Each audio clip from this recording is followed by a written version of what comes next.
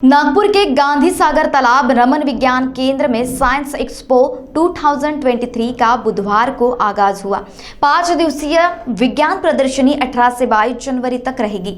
Science expo 2023 model के जरिए छात्रों ने अपनी प्रतिभा दिखाई। तो इस प्रदर्शनी में कुल 14 राष्ट्रीय विज्ञान अनुसंधान संस्थान के प्रोजेक्ट्स भी सभी का ध्यान आकर्षित कर रहे हैं। साइंस प्रोजेक्ट का प्रदर्शन स्कूली छात्र के साथ साथ आम लोगों के लिए रखा गया है।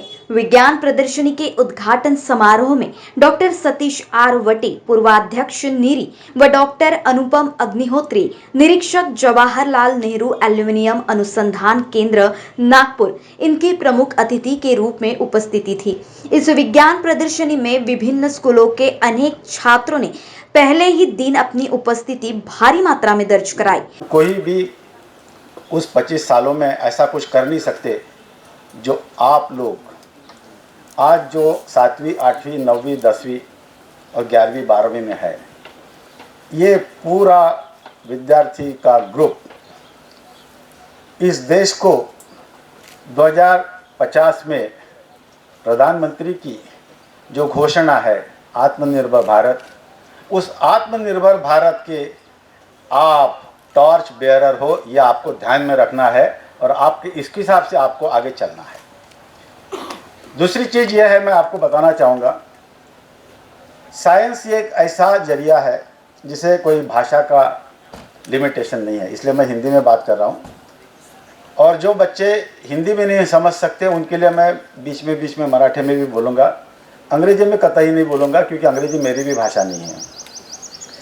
बात यह है, भारत को ऐसा देश बनाना है जो देश साइंस और टेक्नोलॉजी के साथ इस देश को उस मकाम पर ले जाएगा जिस मंजिल की बात अनुपम कर रहे थे।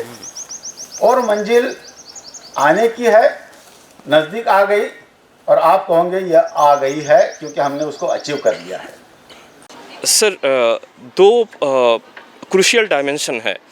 एक तो है जो हमारा देश का जाने माने R&D इंस्टीट्यूशंस है, जैसे कि CSIR है, CSIR का बहुत सारे लैब्स है, इसरो है, ये एल्यूमिनियम रिसर्च है, बहुत सारे ऐसे R&D इंस्टीट्यूशंस है जो कभी सोसाइटी का जो इंटरफेस है वो एक क्लियर ब्रीजिंग नहीं होता है। मतलब बहुत सारे स्टूडेंट्स, बहुत सारे बच्चे जो एस्पायर करते हैं कि फ्यूचर में वो ऐसे इंस्टीट्यूशन में काम करें, लेकिन उनका वो मौका नहीं मिलता है कि वो इंस्टीट्यूशन में क्या एग्जैक्टली होता है वो देखने का या वो जानने का।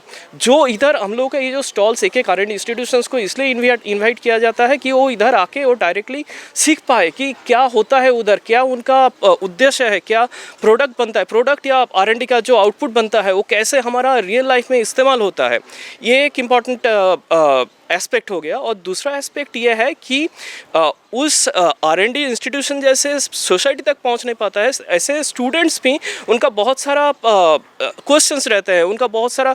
फॉर एग्जांपल मैं एक छोटा सा एग्जांपल देना चाहता हूं। मैं कुछ दिन पहले एक बच्चे को मिला था, जो बच्चे मेरे पास आया था, he was just a kid, I mean of से 5th स्टैंडर्ड और 6th स्टैंडर्ड। तो वो आके मुझको पूछा कि सर ऐसे ऐसे हम लोग इन्वायरमेंट के बारे में इतना कुछ बोलते हैं, लेकिन इसके बारे में फर्दर रिसर्च या फर्दर जानने का मौका किधर मिलता है। तो ये जो गैप है, ये ब्रीजिंग करने का ये एक्सपो एक बहुत ही अच्छा प्लेटफॉर्म है जिधर स्टूडेंट्स भी R&D इंस्टीट्यूट तक पहुंच सकते हैं और R&D इंस्टीट्यूट भी स्टूडेंट तक पहुंच सकते हैं। I believe this can be a beautiful platform where people and the society and the R&D institutes both can get to know each other. For the last couple of days, we have been receiving more than 1,000 school students apart from the general visitors. तो हम लोग expect कर रहे हैं कि expo के time पे हम लोग उससे ज़्यादा school students per day receive करेंगे। स्पेशली सैटरडे संडे हम लोग ज़्यादा से ज़्यादा विजिटेशन के लिए कोशिश कर रहे हैं।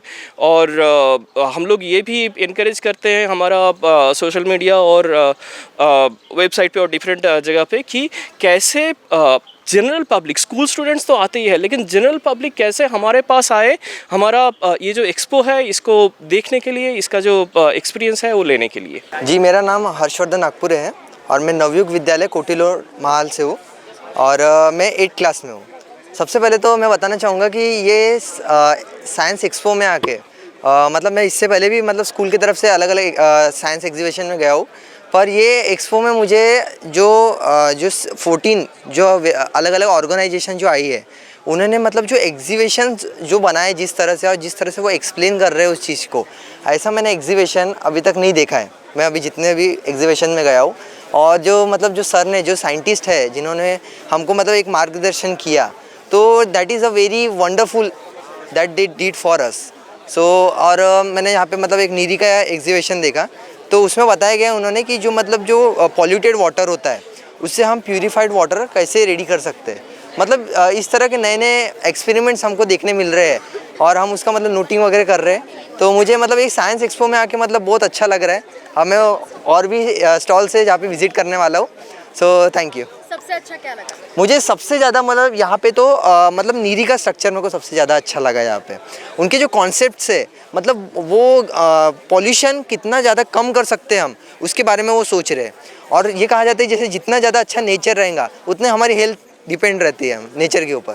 तो मुझे सबसे ज़्यादा तो नीरी का अच्छा लगा है, नीरी का एग्जीबिशन सबसे ज़्यादा अच्छा लगा मुझे। महाराष्ट्र टीवी 24 के लिए कैमरा पर्सन राजेश जंगीटवार के साथ आंचल लोखंडे, नागपुर।